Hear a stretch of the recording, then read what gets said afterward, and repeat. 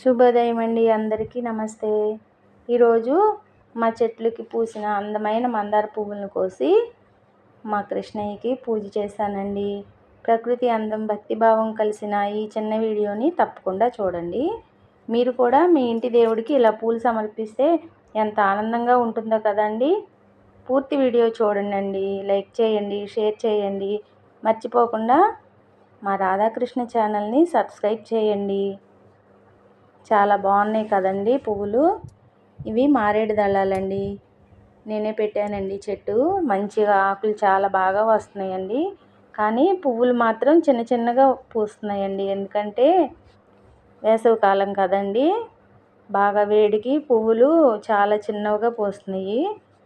మొన్న ఊరు వెళ్ళినప్పుడు కూడా నీళ్ళు లేవు కదండి చెట్లకి, అది కూడా కొంచెం కనిపిస్తుంది. పువ్వులు చిన్న చిన్నగా పూస్తున్నాయండి, చాలా బాగా పూస్తున్నాయండి. నందివర్ధన పువ్వులు, దేవగన్నేరు పువ్వులు, శంఖం పువ్వులు, ఇవన్నీ నేను పెట్టిన మొక్కలువేనండి. ఇవిగోండి పూజ ఇలా చేశానండి.